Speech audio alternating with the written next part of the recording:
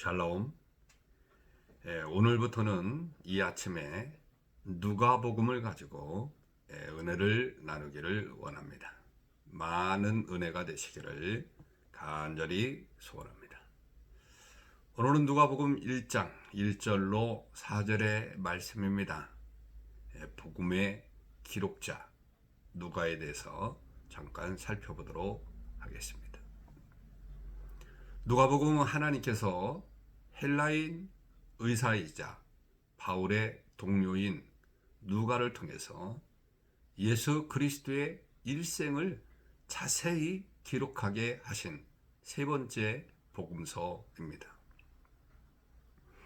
그러므로 이 복음서를 자세히 살펴보고 연구하면 예수 그리스도가 누구인지 명확하게 알 수 있는 책이 바로 누가복음서입니다.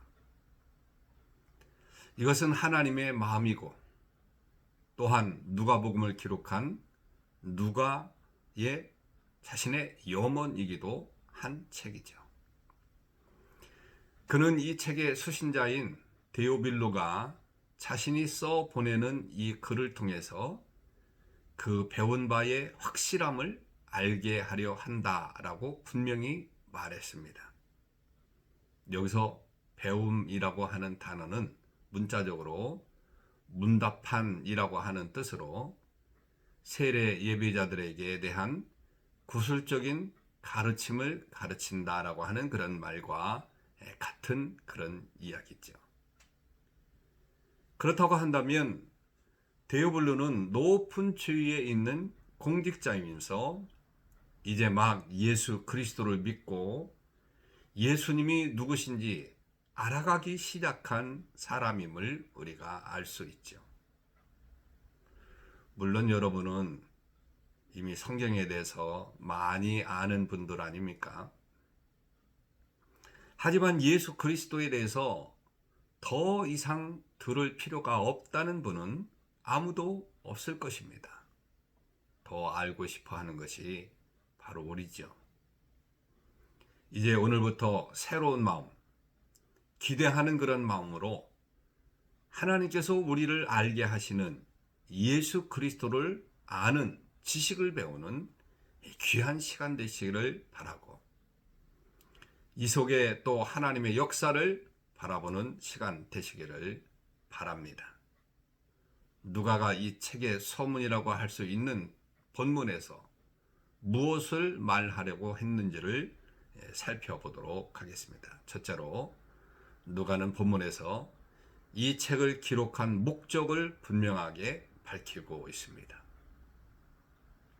1절에서 우리 중에 이루어진 사실이라는 말은 우리 중에 완전히 확증된 사실이다 라고 하는 뜻으로 누가가 이 책을 기록할 때에 벌써 많은 사람들이 복음을 믿고 있었다고 하는 것이지요. 그러면 어떻게 복음이 많은 사람들에게 전파될 수 있었을까요? 로마서 14장 10장 14절에 말씀하기를 그런즉 저희가 믿지 아니하는 일을 어찌 부르리요 듣지 못한 일을 어찌 믿으리요 전파하는 자가 없이 어찌 들으리요 라고 그렇게 말씀을 하셨습니다.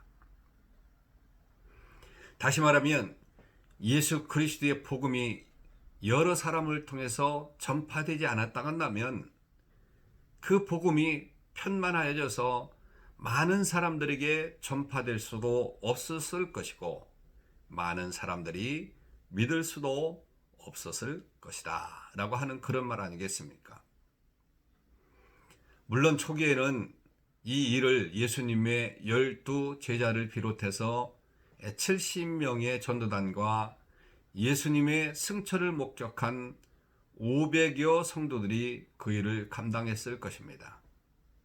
그리고 시간이 지나면서 그들을 통해서 복음을 들은 사람들이 또 다른 전달자가 되어 보다 많은 사람들이 복음을 듣게 되었을 것입니다.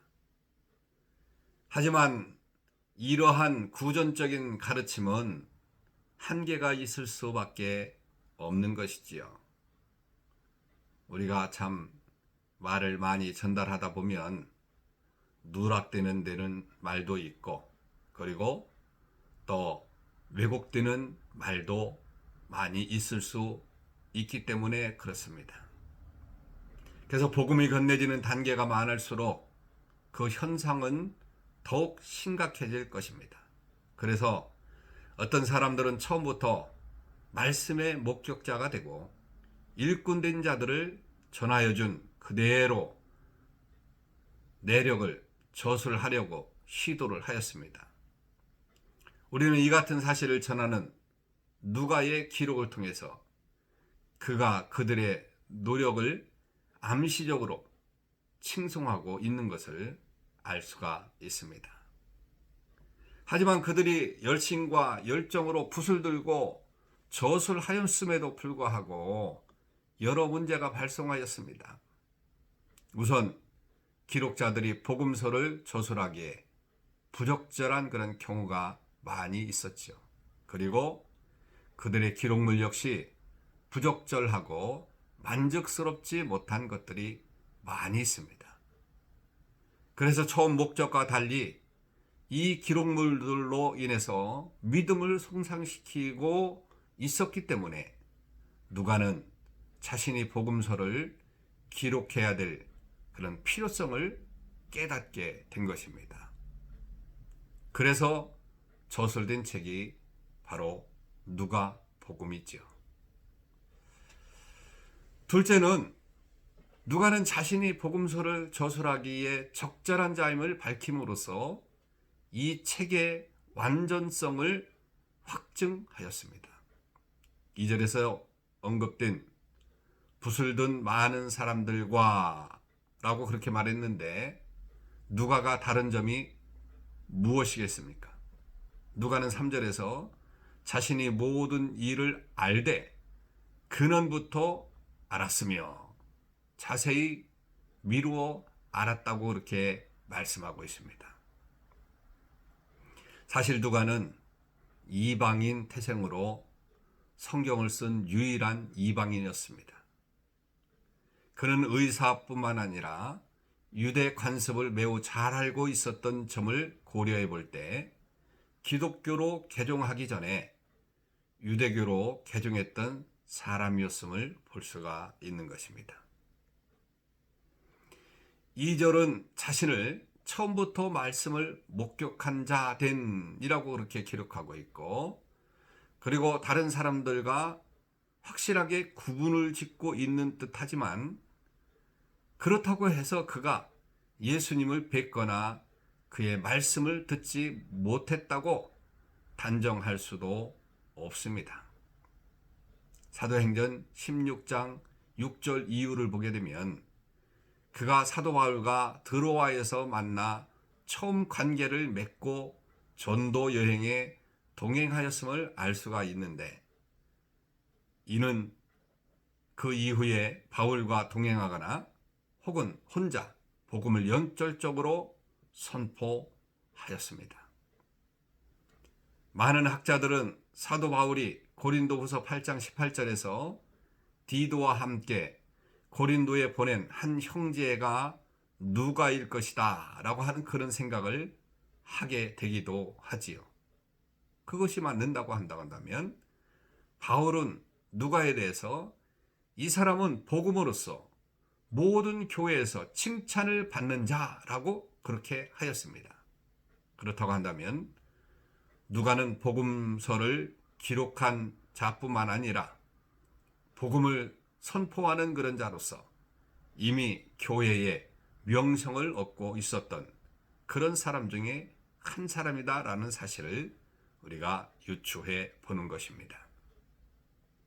그 자신이 복음 선포자인데다 구약의 예언자들이 연구하고 부지런히 살폈던 것처럼 그도 모든 일을 자세히 살피고 추적하였으니 그는 복음서를 기록할 자격이 있는 자라고 볼 수 있는 것입니다. 무엇보다도 그 기록은 위로부터 주어진, 다시 말하면 영감에 의한 것이니 완전한 복음서인 것이죠. 이 복음서로 인해서 우리가 예수 그리스도를 알게 되었으니까 누가가 얼마나 존귀한 존재인지를 우리가 알 수 있게 됩니다. 저와 여러분들도 많은 사람들에게 존귀한 자로 설 수 있는 그런 사람들 되시기를 주님의 이름으로 축원합니다. 오늘도 이 아침에 기도 제목은 이 민족이 경제적으로 참으로 위기를 만났습니다.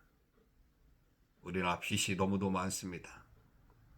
이 모든 경제적인 위기에서 벗어날 수 있도록 해달라고 기도하시고, 또 여러분들이 하시는 사업과 직장에 하나님이 간섭하셔서 축복을 받고 높임을 받는 자들이 될 수 있도록 해달라고 이 아침에 기도가 되시기를 바랍니다. 주 안에서 오늘도 승리하시기를 주님의 이름으로 축원합니다. 감사합니다.